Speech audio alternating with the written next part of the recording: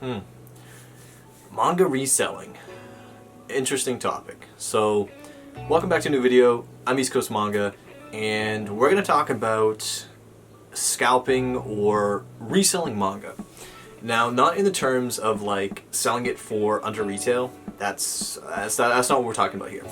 That might be in a new video that I'm doing, but this specifically is talking about sellers who make huge profit or pretty large profit off of manga that they sell for way over retail price. So a couple examples of that, which I'll pop up over here, but we have things like, we have series like Ultimo, which Ultimo Volume 12 can sell for a couple $100s, and the entire series will sell for a couple $100, way over box price. And then we have Noise as another example, just one volume of manga that's $125. I think it's in the same like Blame or Blom universe. And then we have other examples like Battle Royale, which like Volume 5 of the Omnibus is so disgustingly priced.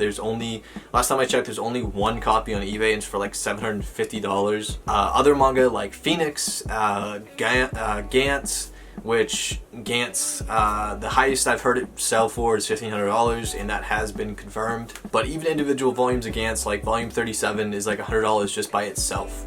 And this is a very controversial topic because people on Reddit have a very, very strong opinion on people who resell manga or sell it for like a ridiculous amount of money. And I think everyone has at least the opinion that there's definitely some wiggle room. Like obviously if you have it and it's rare, you're allowed to make profit. You should be allowed to make profit.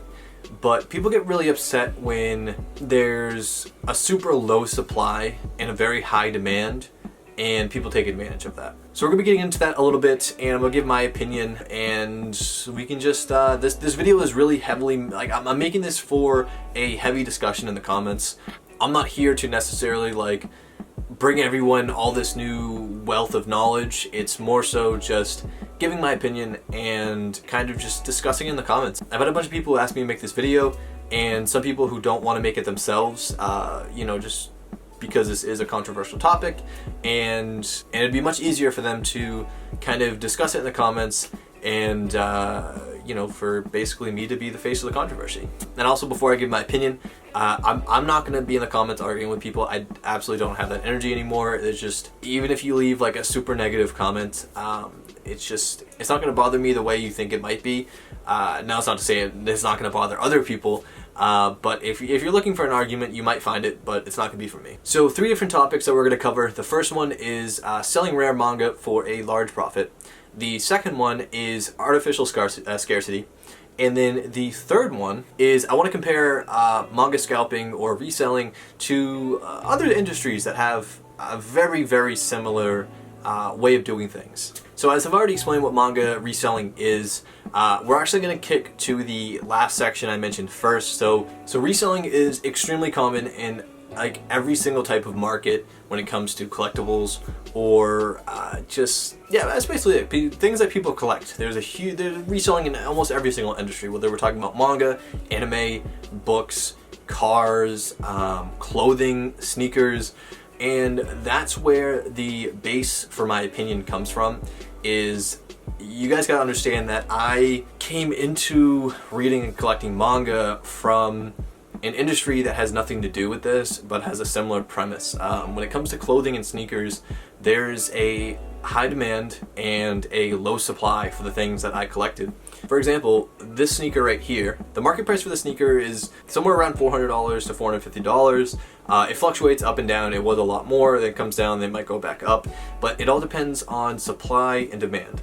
Now, is this sneaker made with $450 worth of technology? No, it's made with like 3 cents of technology. But this is a sneaker that was designed by Kanye West, and Kanye West has a lot of hype to him, and it was made in low quantities. Therefore, the market for this sneaker depends on what people are willing to pay. And it's the same thing with Jordans, it's the same thing with Yeezys or other Adidas sneakers. It's all about what the consumer is willing to pay. If the consumer isn't willing to pay a certain price, it's not going to sell for that price. That's where we're going to switch back to point 1, where we're going to take a look at sellers versus consumers. So in a seller's point of view, It's his property. He bought it. He deserves to sell it for whatever he wants to. He legally has no obligation to sell it at any price point. It's not food, it's not water, it's not a necessity. Whether you think it is or not, manga is a luxury and it's something that you don't need in your life to survive. Therefore, you can price it at whatever you want. You could price a manga at $900, and if it's going to sell for $900, you get $900 and the buyer gets manga. So from a seller's point of view, it's pretty clear cut what you'd want to do.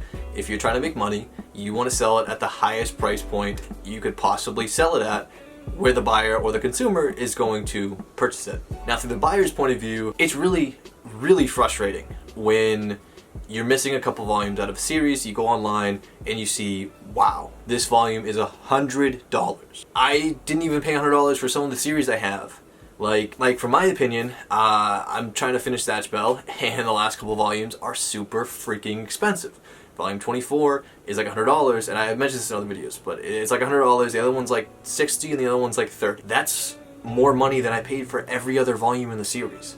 So it is very aggravating and very annoying having to see these super high prices. But the bigger issue, which consumers need to get around, and I mean, I haven't seen it in any other industry, especially not sneakers. People talk about it all the time, but it never actually happens. And that is getting together and deciding we're not going to pay above a certain price for a manga, because these prices don't just come out of like midair. They don't just appear, you know? Most of the prices are based off of previous purchases. So, for example, when I looked at the volume that was super expensive that I need for Zatch Bell, it was not that high a couple months ago, but all of a sudden all the prices shot up, and that means that somewhere someone bought that volume of manga for way too goddamn much, and that affects everything else. And that's the issue, is some people have a lot of money to spend on manga and they don't care, and that affects the market. So my opinion on this whole thing is, I look at it from a business perspective and I say, I understand where sellers are coming from, and if I were to sell my manga, if it's rare, obviously I would want to try to get as much as I can, unless I'm hooking up someone who's going to read it and enjoy it and keep it and not sell it again. But that's kind of hard to tell. So realistically, obviously I would try to get as much money as I can. But I also understand from the buyer's perspective, it is super annoying. And not only just trying to buy a couple volumes, but I mean, there's entire series that are way too expensive to get into. Whether it's a big series or a small series, you know, it's very unfortunate. Next, we're going to talk about artificial scarcity. So an example of this would be to, let's say you were to go on eBay, and for an out of print series, I don't know, let's say a series like Air Gear. I don't know much about the series, but I know a couple of those volumes are pretty rare and pretty expensive. So let's just say, I don't know how high the series goes up. Let's just say volume 10, okay? You were to go to eBay and look up volume 10 of Air Gear, and you were to buy every volume 10 that's available on eBay. So now all those get shipped in, you have a ton of volume, but it's all volume 10.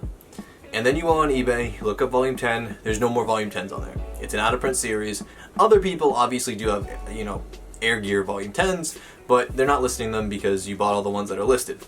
So now you go on eBay, you list Air Gear volume 10 for $150, whereas previously maybe it was going for $30. But now you have a series that has multiple volumes, and when people start to collect it, you know, volume 1 through 9, maybe they're $5 each.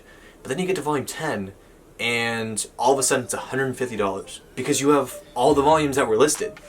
Not only that, but when other people go on eBay and they also have volume 10s and they're looking to sell volume 10s, they're not going to list it for $5 or $10. They're going to list it for $150 because that's what they see on eBay. So if those are the only options, you're going to have a situation where some people are going to pay that money. A lot of people aren't, and it's going to piss a lot of people off. But somebody's going to pay it, and maybe even multiple people are going to pay it, and that is the issue when it comes to artificial scarcity. Now, I'm going to be honest with you, I'm not deep into the reselling world of manga. I don't do it just because I like collecting it, and I haven't run into a ton of instances where I've been able to buy series really cheap that I'm looking to like actually just sell. So I don't know how common this issue is, but it's definitely something that is around, whether you know about it or not, and is something that's really interesting to think about, because from again, as a business, you know, as a business person, from a business perspective, it's really smart and it makes a lot of sense as long as people are willing to pay whatever price you're listing it at. But from a consumer's perspective, it's a pain in the ass. It's complete hell, because you have all these volumes that are super cheap, and then some a-hole bought all the volumes and increased the price to a point where it might even be more expensive for that one volume than the rest of the series. Now, do I think artificial scarcity is wrong or shouldn't be allowed? I mean, I don't think there's any way to govern it. I think ethically it's kind of shady. It's definitely in a gray area. But I don't know, like, I'm kind of heavy on the, like, you own it, get your money, you know what I mean? I think this is definitely a lot more messed up than just simple reselling, and luckily I don't know about it as much, so I really don't have to, like, worry about it too much. Although it is something that happens, I don't know about it, so I don't need to be, like, super concerned with it. If a volume's super expensive, it's super expensive, and that's just all I know. Now, the last note I'm gonna make is the saving grace for all of this is just for a manga to be republished. That's it. And I know that's not as easy as it sounds, but like, truthfully, if there's a series that's out of print and super expensive, if the manga gets reprinted, the value goes down. I'm not gonna say it goes all the way down, but it definitely goes down, because a lot of people want to buy manga to read it, not just to collect it and say they own it, but because it's interesting stories. Like the manga you hear about that's super expensive and out of print usually have really good stories, and that's also why it's really expensive. So if a publishing company releases omnibuses or hardcovers or whatever of the series, it solves everyone's problem. And that's why, specifically when it comes to Gantz, like, I don't feel bad for a single person who pays out the ass for Gantz singles and drops their entire bank account on the singles because the omnibuses are releasing. And if you want to spend all that money on the singles, that's up to you. Like, you go ahead. But if you want to read the series, buy the omnibuses, and you're also supporting the mangaka when you're buying it, the omnibuses, from a publisher or, you know, from a store. And I know that's the first time I've mentioned supporting mangas or whatever. My next video is specifically going to be talking about, my next video like this is going to be specifically talking about used manga and the manga industry and mangakas and whether or not I think it supports them. But that, I'm not talking about that in this video. That's for next video. This is specifically just off of consumers and sellers. So that's been it for this video. I hope you found it interesting. I really want to hear your opinion down in the comments. Like, don't just agree with me because I talk about this stuff. I'd love to hear all sides of, you know, your opinion. Mine is strictly based off of business. It's not based off of, you know, like, morality or ethics. And I know a lot of people on Reddit really voice this opinion, so I'd love to hear your opinion down there. So that's been it for this video, and I will catch you guys later.